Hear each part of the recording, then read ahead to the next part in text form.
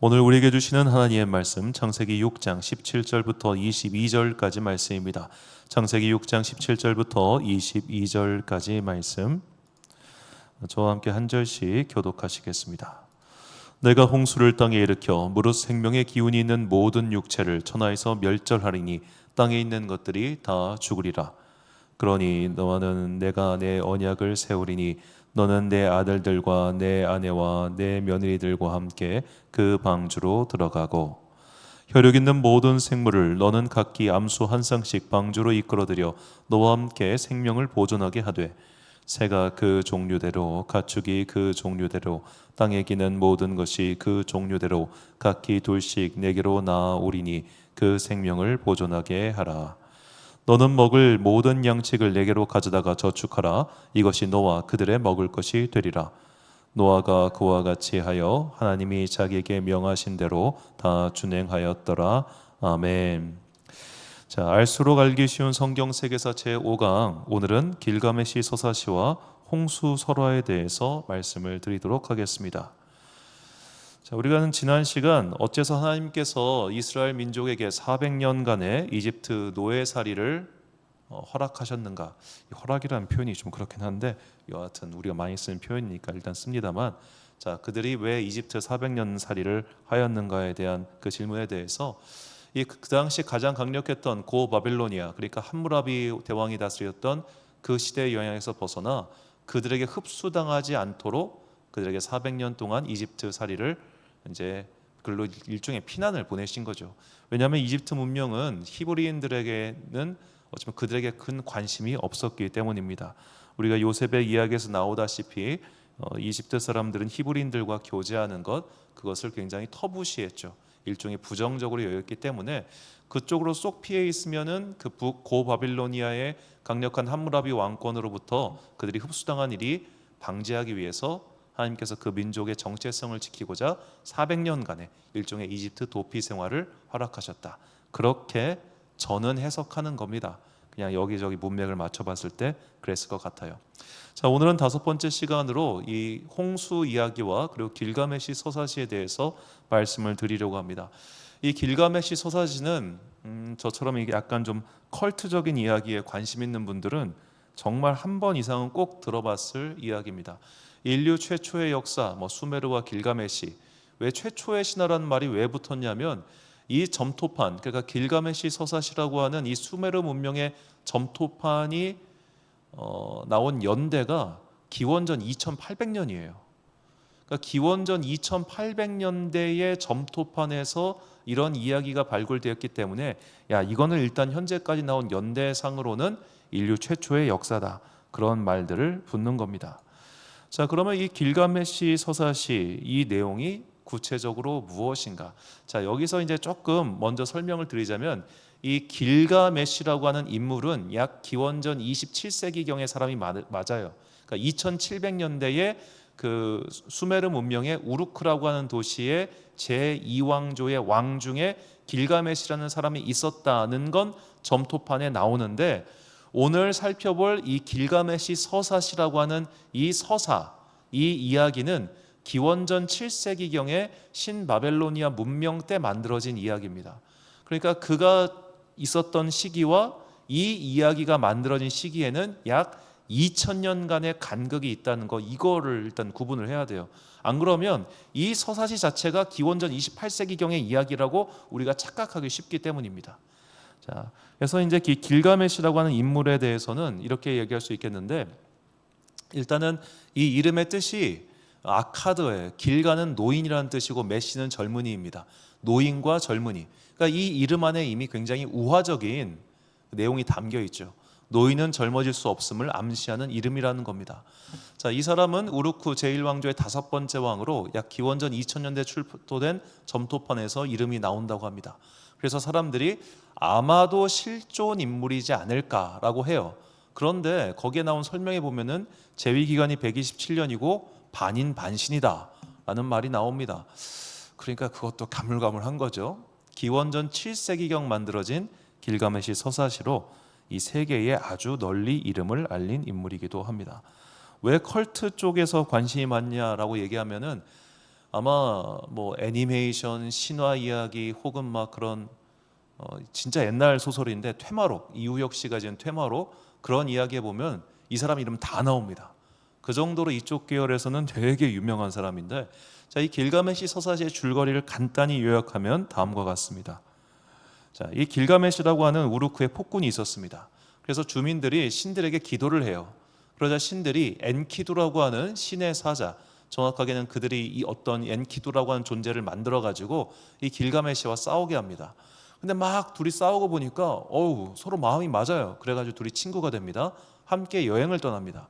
그 여행을 떠나가지고 뭐 여러 가지 뭐 괴물들도 무찌르고 그런 여행을 떠나요. 그런데 이 신들이 볼 때 이 길가메시랑 엔키두가 둘 다 말을 안 들으니까 보복으로 엔키두를 죽여버립니다. 친구의 죽음을 보면서 그가 길가메시가 죽음의 공포를 떠올려요. 그래서 그는 영생을 얻고자 전설 속의 주인공인 우트나피슈팀이라고 하는 자를 찾아가게 됩니다. 이 우트나피슈팀, 이름도 어렵네. 이 사람이 사실 우리가 오늘 길가메시 서사시를 읽는 이유의 결정적인 이유예요. 우트나피슈팀. 자, 이 사람은 어떤 사람이냐? 메소포타미아 홍수 설화의 주인공입니다. 이 사람은 신들에 의해서 영생을 선물 받았고, 다른 이제 점토판에 보면은 어느 점토판에는 지우스드라, 또 다른 점토판에는 아트라하시 등의 다른 이름으로 나오죠. 무려 기원전 2600년대 점토판에 등장하는 인물이 이 우트나피슈팀 혹은 아트라하시라는 사람입니다. 자, 길가메시는 결국 이 사람이 내건 시험을 통과하지 못하고 죽음을 받아들이게 된다는 게 이 길가메시 서사시의 내용입니다. 자, 이 길가메시 서사시가 이제 정확히 신학계의 유럽에 소개된 것은 약 19세기 중반 영국의 번역가였던 조지 스미스라고 하는 이 천재 때 덕분입니다. 이 사람이 얼마나 천재였냐면, 이 사람은 그냥 대형 박물관에서 거의 일하는 아주 젊은 직원이었는데, 이 설형 문자 이거를 그냥 딱 보고 이것이 무슨 뜻이구나 무슨 뜻이구나 알아맞추는 그야말로 천재 중에 천재였어요. 이 사람이 이제 그 오늘날 이라크 쪽에서 발견된 그 점토판을 가지고 번역을 해서 이 길가메시 이야기가 있었구나라는 것을 발견한 사람입니다. 근데 재밌는 것은 이 조지 스미스라는 사람은 맨 처음에 이 이야기를 발견했을 때 이 길가메시 서사시가 누구의 이야기인가라고 생각했냐면, 구약 성경에 나오는 그 영웅 있잖아요. 그 누구였더라? 니므롯 이야기라고 생각했어요. 그러니까 창세기에 나오는 니므롯의 이야기가 바로 이 이야기다라고 생각해가지고 니므롯의 이야기인 줄 알고 열심히 번역을 하고 보니까 전혀 제 삶에 우리가 알지 못한 어떤 사람의 이야기였던 겁니다. 그래서 이 사람은 나중에 니느웨랑 알레포 등에서 이제 문물을 발굴하다가 그곳에서 병을 얻어서 좀 이른 나이에 세상을 떠나긴 했는데, 여하튼 이 사람이 그런 연구의 기틀을 마련했기 때문에 이 이후에도 이런 거 서령 문자, 쐐기 문자가 발견됐을 때 그것을 번역할 수 있는 기틀을 마련한 그런 사람이에요. 자, 이 사람의 연구 결과가 이제 특히 이제 이 사람의 점토를 발견함으로써 그 당시 메소포타미아 문명이 어떤 문명이었는지가 대충 윤곽이 그려졌고, 그 메소포타미아 문명에서 사람들이 가장 주목한 게 뭐냐면 홍수 이야기였어요. 이 점토판에 보니까 홍수 이야기가 나오는데, 이 홍수 이야기가 창세기에 나오는 홍수 이야기랑 너무 똑같은 거예요. 일단 제가 간단히 소개하면 이렇습니다. 자, 수메르의 신인 엘릴은 지상에 난잡함을 두고 보지 못하여 대홍수를 일으키려고 합니다. 이때 인간을 창조한 신이었던 엔키는 충실한 사제인 아트라하시, 우트나피슈팀, 지우스드라 아까 말씀드렸죠, 에게 이 계획을 흘려요. 그래서 어떻게 하면 이 홍수를 벗어날 수 있느냐? 방주를 건조하게 시킵니다. 이 노아의 방주는 3층인데 이 메소포타미아에 나오는 방주는 2층짜리예요. 그래서 그 방주를 다 만들고 나서 이 우트나피슈팀의 가족들이나 사람들이 들어가자, 그리고 나서 엔키가 이 방주를 봉인합니다. 그리고 40일간 계속 비가 내리면서 홍수로 인해서 온 지상이 잠기게 돼요. 비가 그친 후에 비둘기를 내보내고 제비를 내보내고 마지막에 까마귀를 내보냅니다. 그리고 까마귀가 돌아오지 않자 배를 정박하고 문을 열지요. 그리고 신들의 가장 최고 신이었던 엘릴은 살아남은 이 아트라하시에게 영생을 약속하고 신들의 낙원에 거주할 권리를 허락했다는 게 이 메소포타미아에 나오는 홍수 설화인 겁니다. 자,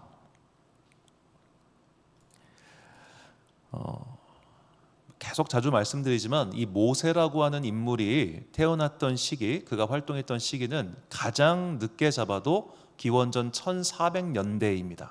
기원전 1400년대. 그런데 이 점토파는 이 화학 측정을 해보니까 기원전 2600년대예요. 기원전 2600년대에 메소포타미아 홍수설화 이야기가 나온 겁니다. 모세보다 약 1200년 앞서서 이 홍수설화 이야기가 나왔으니 사람들이 어느 걸 원본이라고 생각했겠어요? 당연히 메소포타미아의 홍수설화가 원본이고 모세가 이거를 짜집기 했다. 이게 되는 거예요. 그래서 이 메소 이렇게 되는 겁니다. 자, 메소포타미아 홍수설화가 원본이고 성경의 홍수 이야기는 변형이다라는 것이 이것의 이 주장에 대한 가장 강력한 증거로 쓰이는 작품이 바로 이 길가메시 서사시라는 겁니다. 그러니까 우리가 길가메시 서사시를 왜 제가 주목했던 이유가 뭐냐면 이거 가지고 성경의 내용은 허구다, 성경은 고고학적으로 거짓말이다, 혹은 성경의 모든 이야기는 사실 메소포타미아에 나왔던 신화의 어떻게 보면 재해석이다, 변형이다 라고 주장하는 가장 확실한 근거로 인용되는 이 책이 바로 길가메시 서사시이기 때문입니다. 저도 예전에 읽어봤는데, 자, 이런 주장들을 보면서 이런 주장을 쭉 확대하면은 결국 이런 이야기가 참 많이 나와요. 성경은 허구냐, 다 역사적 진실이 있느냐, 이런 등등의 이야기가 정말 많이 나옵니다. 그리고 이것은 고고학의 발전 이후로 지금까지 계속해서 우리를 공격하는 논거이기도 하죠.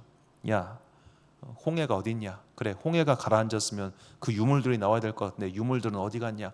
뭐냐 이거 갖고 정말 많은 공격을 해요. 고고학을 가지고 아무리 찾아봐도 증거가 없더라. 심지어 예를 들어 예수님이든 베드로든 바울이든 그들을 사형했으면 사형시켰다는 일종의 판결문들이 남아 있어야 돼요. 왜냐하면 로마 사람들은 저희 광적일 정도로 이 재판 이것들을 기록을 엄청나게 많이 해놨어요. 그거 살펴보느라 정말 죽을 만큼 많이 해놨다고 합니다. 근데 거기에 안 나와요.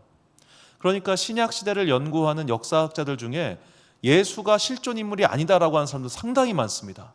그가 정말 그 정도의 실존 인물이었고 그 정도의 그 당시에 사회적 영향력을 미친 사람이었으면 그의 이름이 반드시 그런 판결문에 나와야 되는데 실제로 그냥 먼 나중에 이 그리스도 교인들을 가지고 순교할 때쯤에나 예수를 믿는 애들이 이렇게 있다더라, 그 정도 기록밖에 없거든요. 그러니까 예수라는 것은 실존 인물이 아니다. 왜냐하면 기록이 없으니까, 나오지 않으니까. 로마 제국이 이런 사람의 기록을 남기지 않을 리가 없다 해가지고 실존 인물이 아니다라는 그런 반박의 글들도 굉장히 많습니다.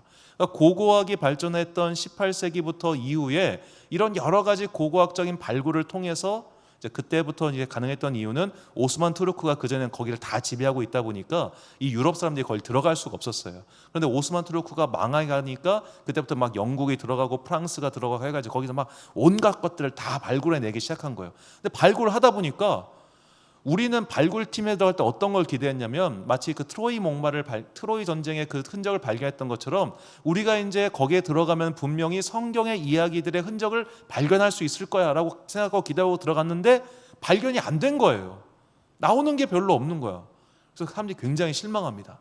그리고 그때부터 성경의 이야기를 공격하고 싶었던 사람이 신나요. 와, 봐봐, 아무것도 안 나오잖아. 성경 이야기는 다 뻥이야, 허구야 라는 주장이 이미 18세기 말부터 19세기에 있었다는 겁니다. 이런 주장이 오늘날 주장이 아니라 이미 100년 훨씬 전부터 있었던 주장이에요. 자, 그들의 말은 결국 이거예요. 성경의 내용은 허구다. 왜냐하면 관련된 고고학적 증거물이 매우 빈약하거나 없기 때문이다 라는 겁니다. 나오는 게 없으니까 뻥이다 라는 거죠. 자, 이런 반성경주의자라고 해야 될까? 일단 정확히 이것도 안티 기독교 운동인데, 이런 안티 기독교, 안티 크라이스트들의 주장에 대해서 사실 이렇게 반박을 할 수 있습니다. 자, 고고학의 유물이라고 하는 것은 그 당시 물건 중에 0.1%도 되지 않습니다. 자, 예를 들어 우리는 그러니까 신라라고 하는 나라가 있었다는 걸 다 압니다. 그런데 박혁거세가 실존 인물인지 아닌지 우리 어떻게 그걸 증명할 겁니까? 그 박혁거세가 있었다는 그 기록물이 있어요? 뭐가 있어요?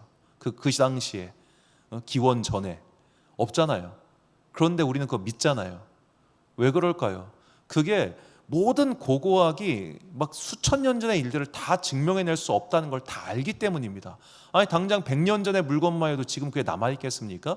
그러니까 당대의 물건 중에 발견되는 것은 전체의 0.1%도 되지 않아요. 그렇기 때문에 여기서 나오지 않았다고 해서 그것이 없다 이렇게 말할 수 없다는 거죠. 그리고 이것은 역사학자 에드워드 기본의 말인데 이 말이 전 참 오래 기억에 남습니다.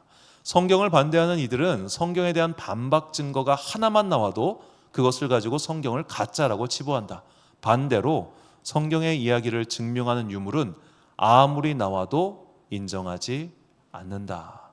그러니까 이 에드워드 기본이 로마 제국 쇠망사를 쓰면서 이 사람이 재밌는 거는 그 이야기를 쓰다가 그 사람은 기독교인이 됐거든요. 그 이전까지 기독교인이 아니었다가 오히려 그런 로마 제국 역사를 공부하면서 크리스찬이 된 사람인데 자기가 크리스찬이 되고 나서 보니까 이 안티 기독교, 그리스도가 허구다, 그리스도교는 허구다라고 했던 사람들이 그 로마 제국에서 고고학적 유물들이 나오지 않는 걸 보니까 이들이 가짜다 이렇게 말을 하는 거 보면서 이 말을 남겼는데 제가 기억에 의해서 구성한 거기 때문에 정확한 워딩은 아닐 겁니다.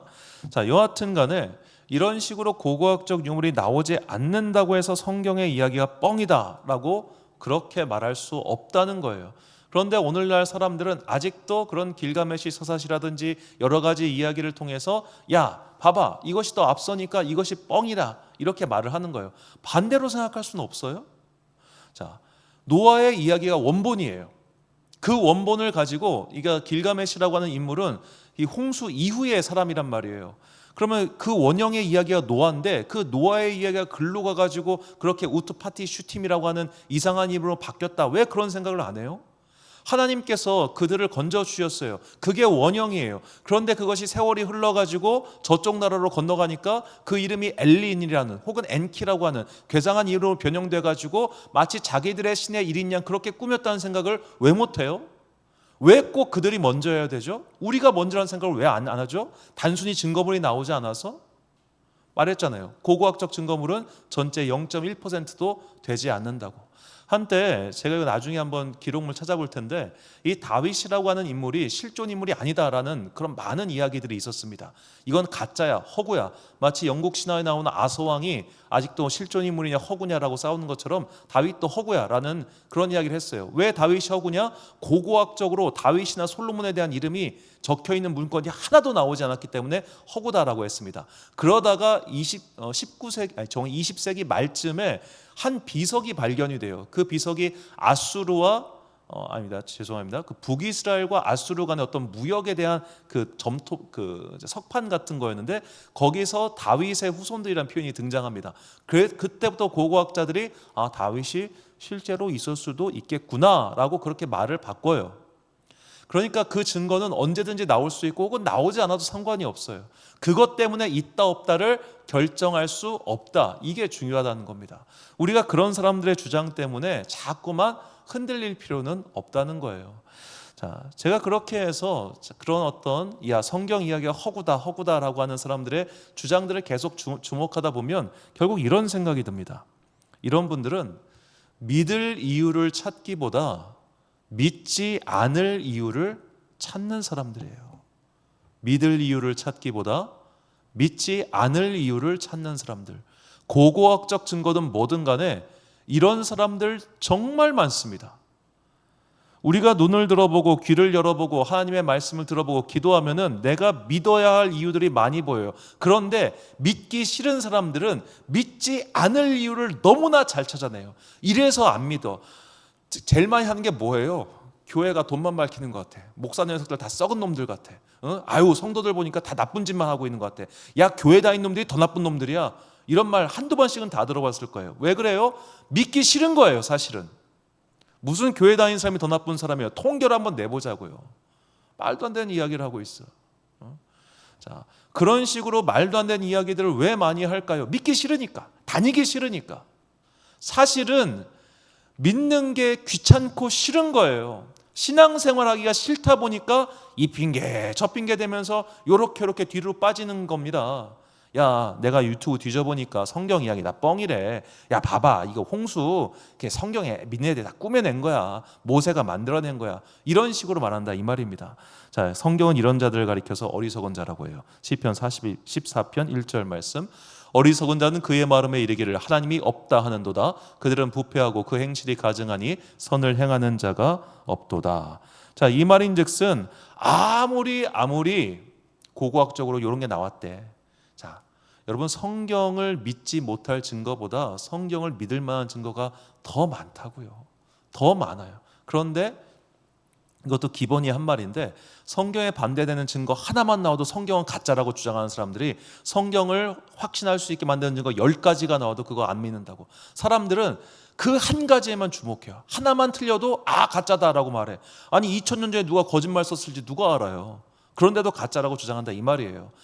믿기 싫으니까 믿지 않을 이유를 계속 찾아내는 사람들은 어리석은 자예요. 왜냐? 사실은 내 욕망대로 살고 싶고 내 마음대로 살고 싶기 때문에 성경이 가짜였으면 하는 거예요. 내 욕망대로 살고 싶기 때문에 하나님의 심판이 없다라고 생각하는 거예요. 내 욕망대로 살고 싶기 때문에 천국과 지옥이 없다라고 생각하는 거예요.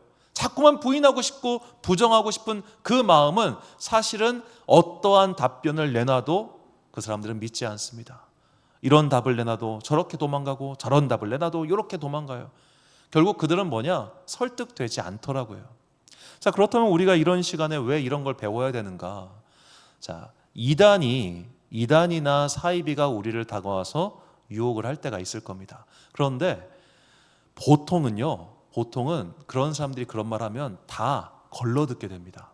보통은 우리가 굳이 이런 지식이 딱딱딱 갖춰져 있지 않아도 그런 자들의 어떤 현혹하는 말씀은 우리 마음속에서 그냥 튕겨져 나가요.